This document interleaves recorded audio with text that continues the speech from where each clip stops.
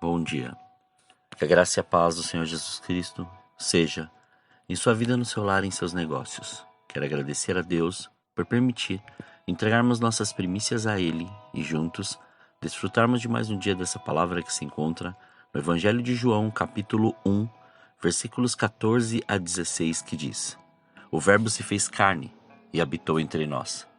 Vimos a sua glória, a glória como do unigênito do Pai, cheio de graça e de verdade.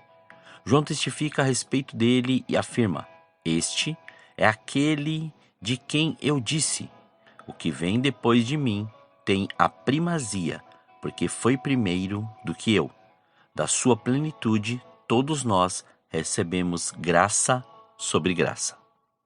Podemos dizer assim, como a borboleta, temos 4 fases importantes no Evangelho até a metanoia, ou seja, que a transformação aconteça. Primeiro é a confissão, segundo o arrependimento, terceiro é a conversão e quarto a intimidade. Para isso, vamos pegar uma pessoa como o apóstolo Paulo, pois quando evidenciamos confissão, estamos referindo diretamente àquilo que o próprio disse na carta aos Romanos, no capítulo 10, versículos 9 a 10, que diz: Se com a tua boca confessares que Jesus é o Senhor, e em teu coração creres que Deus o ressuscitou dentre os mortos, serás salvo.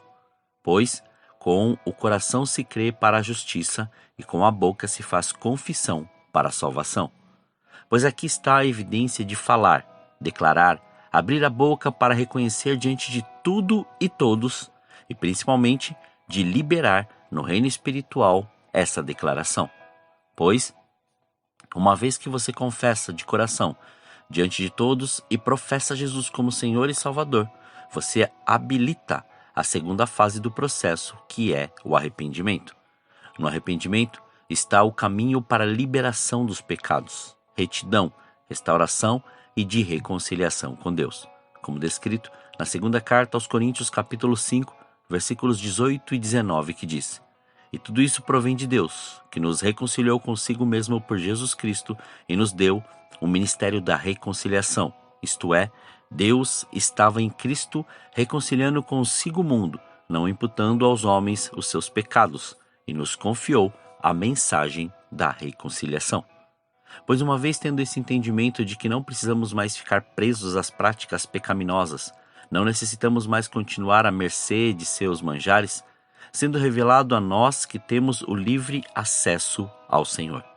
Portanto, esse entendimento de arrependimento sendo manifesto, nos leva à conversão. Isso mesmo, aqui vemos a mudança de caminho, de rota, de direção. Como podemos ver na carta de Paulo aos Romanos, no capítulo 12, versículos 1 a 3, que diz: Portanto, rogo-vos, irmãos, pela compaixão de Deus, que apresenteis os vossos corpos como sacrifício vivo, santo e agradável a Deus, que é o vosso culto racional. E não vos conformeis com este mundo, mas transformai-vos pela renovação do vosso entendimento, para que experimenteis qual seja a boa, agradável e perfeita vontade de Deus. Pois pela graça que me é dada, digo a cada um dentre vós que não saiba mais do que convém saber, mas que saiba com moderação, conforme a medida da fé que Deus repartiu a cada um.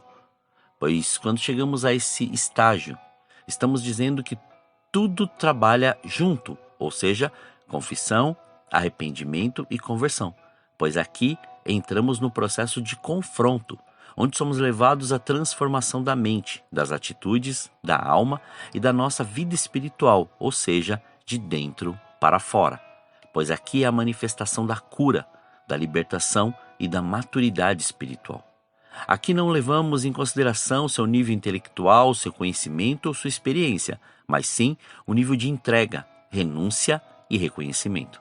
Pois uma vez consciente de seus limitadores, saberemos quais seus sentimentos, prisões e lugares que precisa ser curado, sarado e liberto.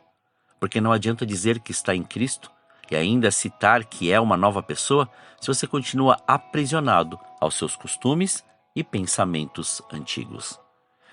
Não é incomum vermos pessoas que são criadas em um lar cristão, acostumadas a frequentar a igreja e até com certo conhecimento bíblico, mas que ainda não experimentaram a metanoia de Deus.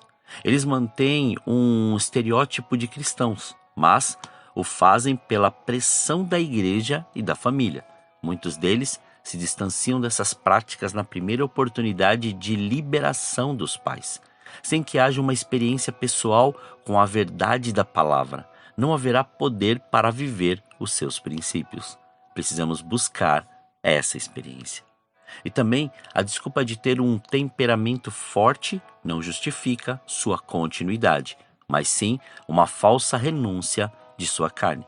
Por isso, existem muitos servindo ou exercendo cargos dentro de uma igreja só para esconder suas limitações e sua falta de entrega ao Senhor.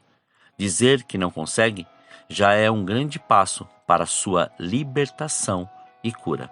Mas todo este processo pode demorar anos e, mesmo assim, não conseguir se desvincular de tudo que está dentro de você. Mas o importante é perseverar e continuar até chegar ao nível de intimidade.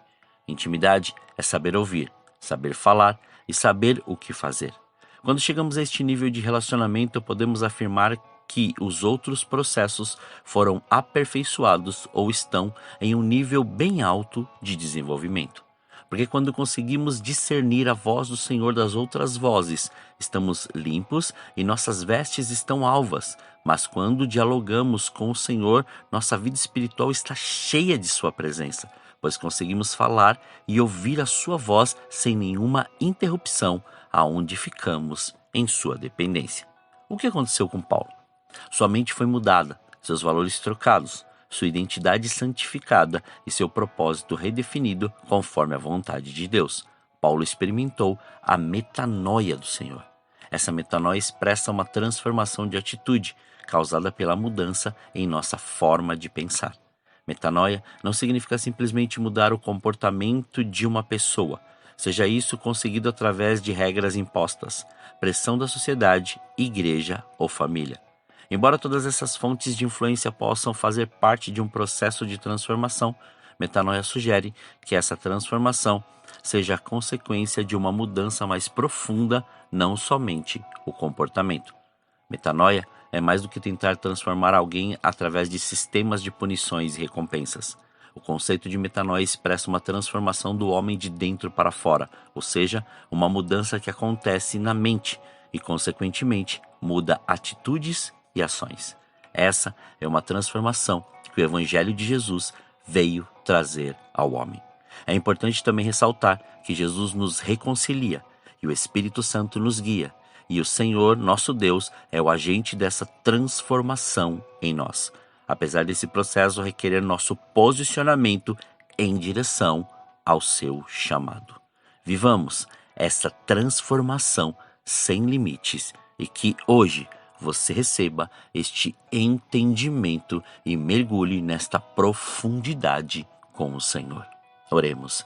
Pai, nós te louvamos e te agradecemos. Graças te damos por mais este dia. Obrigado pela sua presença, obrigado pelo seu amor. Somos gratos, Pai, por mais este dia, por este fôlego de vida, pelo Senhor, Pai, ter cuidado de nós em cada detalhe, ter manifesto o seu poder, a sua graça, a sua glória, ter revelado, Pai, a profundidade do seu senhorio em nós. Não deixar, Pai, com que nada atrapalhasse este processo, Senhor, de renovação do nosso entendimento, para que a sua graça e a sua glória, Senhor, fossem manifestas em todos os lugares aonde estivermos. E por isso, Pai, nós te agradecemos. Te agradecemos porque o Senhor tem, Pai, feito maravilhas em nosso meio e somos, Pai, gratos a Ti. Que venha o Seu reino, que manifeste a Sua graça, que manifeste a Sua glória, que venha, Pai, o Seu senhorio e que Sua vontade seja plena, seja feita conforme o Seu querer. Que a Sua graça e a Sua glória sejam, Pai, sobre a vida de cada um dos Teus filhos, mostrando, Pai, que esta revelação, ou melhor, que esta metanoia, esta transformação, ela, Pai, é real, ela é efetiva e ela se mantém, Pai, dia após dia, diante, Pai, da Sua graça, da Sua glória, revelando cada vez mais o Seu poder. Muito obrigado, Senhor. Somos gratos a Ti, Senhor. Somos gratos a Ti. Livra-nos do mal, livra-nos da tentação. Não deixe faltar, Pai, o pão na mesa deste Teu Filho. Então, em nome de Jesus, mantenha, Pai, e faça com que a Sua graça e a Sua glória sejam manifestos. Muito obrigado. Consagramos este dia, consagramos nossas vidas, consagramos tudo diante do Seu altar, para que o Seu nome continue sendo glorificado, exaltado e engrandecido. Muito obrigado. Assim oramos, em nome de Jesus. Amém. Que você tenha um dia abençoado na presença do Senhor.